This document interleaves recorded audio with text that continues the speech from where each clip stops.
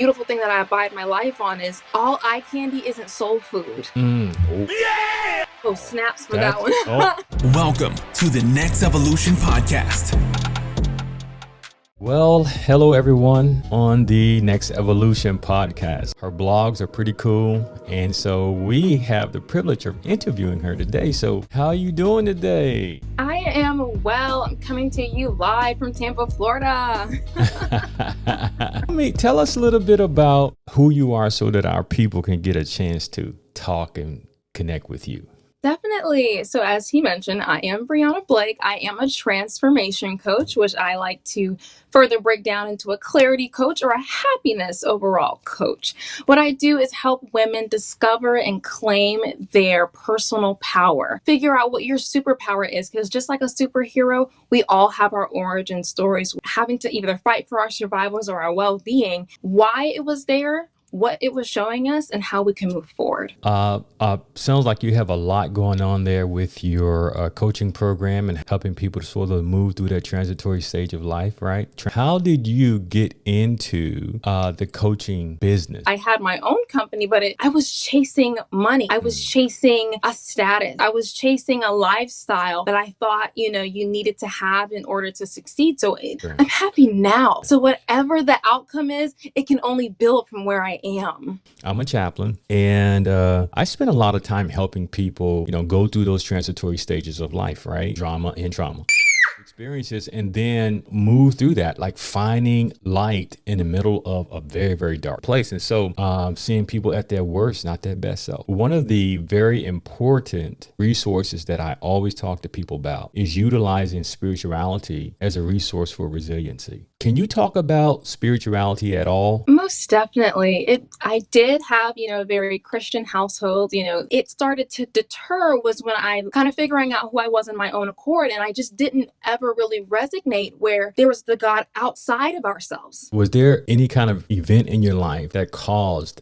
the shift? Definitely. Yeah. So I would say 2018, happenstance of domestic violence, a rape within the same year. Why would he let this happen to me? So it took that moment of realization, my boundaries were not enforced properly. For example, the rape happened at a party I know I shouldn't have been at. Wasn't trusting my instinct not go to that party. Not everyone is for your best interests at heart. All eye candy isn't soul food. Oh, wow. Oh, snaps for that one. Just like salt looks like sugar, you need to make sure you are in control of this energy that in this temple, that you are vetting everybody that comes into that energetic field to enforce my boundaries.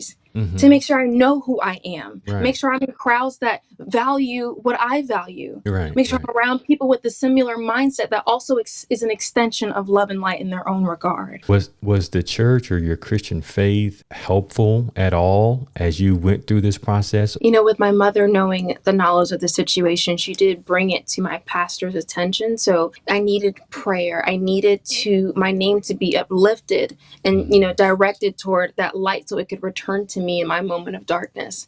I questioned everything, as I mentioned before. So I hid. I didn't come outside. I had, baggy clothes on. I divulged into my own darkness, almost like I concaved within myself to try to find, what did I do wrong?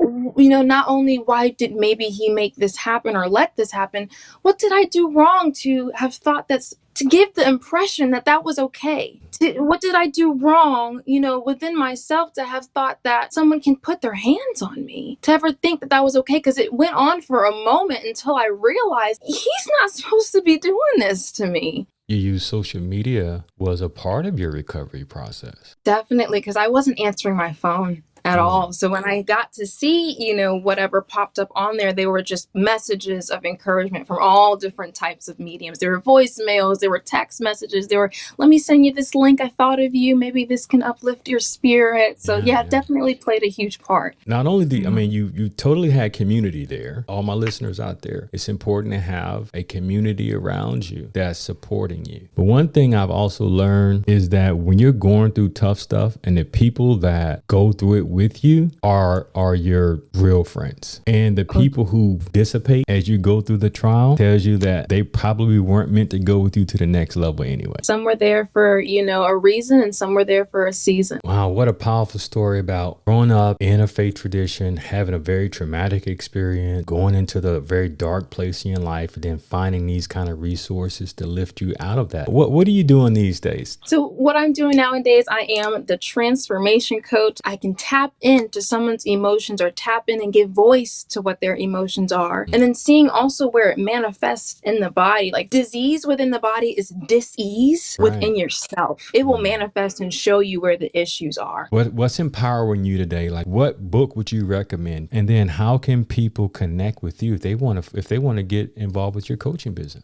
There's a good book called The Focal Point. And then it goes through spiritually, what do you want?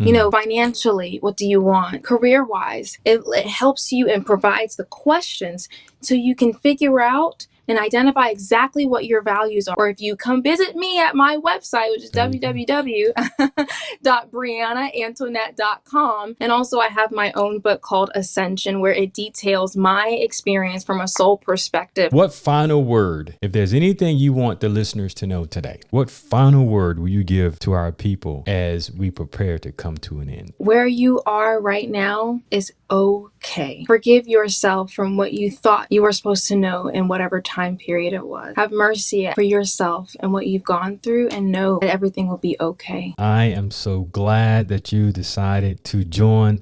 I want to encourage our listening audience to make sure you go and visit Brianna Antoinette. Check out her book, Ascension, on Amazon. She is doing the doggone thing, and we're here to support her for what she's doing. My sister, thank you so much. I look forward to further conversations, and we'll talk soon, okay? Sounds like a plan. All right. Thank you. Blessing to you. Bye-bye. Did you not enjoy what a great interview we had with Brianna Antoinette? And I want to share with you just a few takeaways. Number one, you have to align your decisions with your personal goals. Being in perfect alignment with your personal value system, the way you see the world, the way you feel the world should operate, and how you function within that world is critically important. Number two, the divine is within you. One of the worst things that we can do is farm out our personal spirituality to someone else. It is our responsibility to use spirituality as a resource for resiliency and the decisions we want to make in our lives. It is our responsibility to ensure that we are paying attention to what the divine is doing, what God is doing in and through our lives. That it is not your church, not your pastor, not your priest, not your imam, or your rabbi's responsibility for your own personal spiritual growth. We just have to be aware of the presence of the divine and respond accordingly. Then lastly, you can recover. Just like she recovered from a very traumatic experience in her life, you can recover also. So once again, family, thank you so much for listening to the Next Evolution podcast. Please make sure you subscribe, like, and share. Make sure you keep your eyes and ears open on our YouTube live station page. Thanks a lot. Talk to you soon.